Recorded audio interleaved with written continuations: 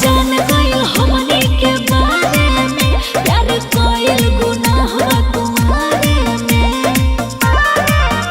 हमर गाड़ी तोरे गाँव में आई तो कोनो का टोक दीही का। शादी तोरे से करब ये जान, कोनो का रोक दीही का। शादी तोरे से करब ये जान, कोनो का रोक दीही का।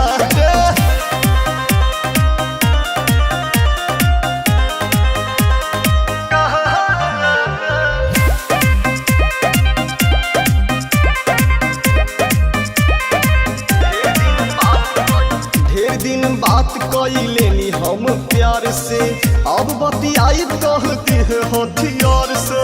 बच के रहिया ओकर सन कलबा माथा, खोजता तोहरा के लेके काटा। बात में आसान बारे, अब झगड़ा करबो। ढेर दिन बात कइलेनी हम प्यार से, अब बतियाई कह दिए हथियार से।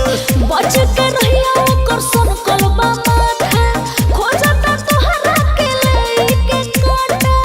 बोलो खड़ा हो जाइब सामने त कोनो का साला खोख दीही का।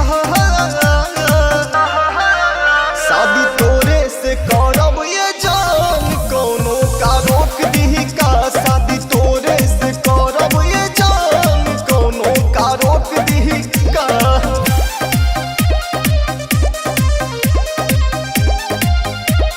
झगड़ा करबो।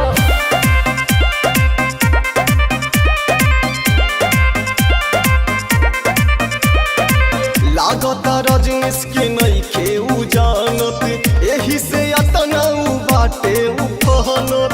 आगे तू ढेर बढ़ावा जानी बात हो, काहे? छोड़ी ना जीत रंजन सम्राट हो। अब मान भी जा ए जा। ऐसन लागत पवन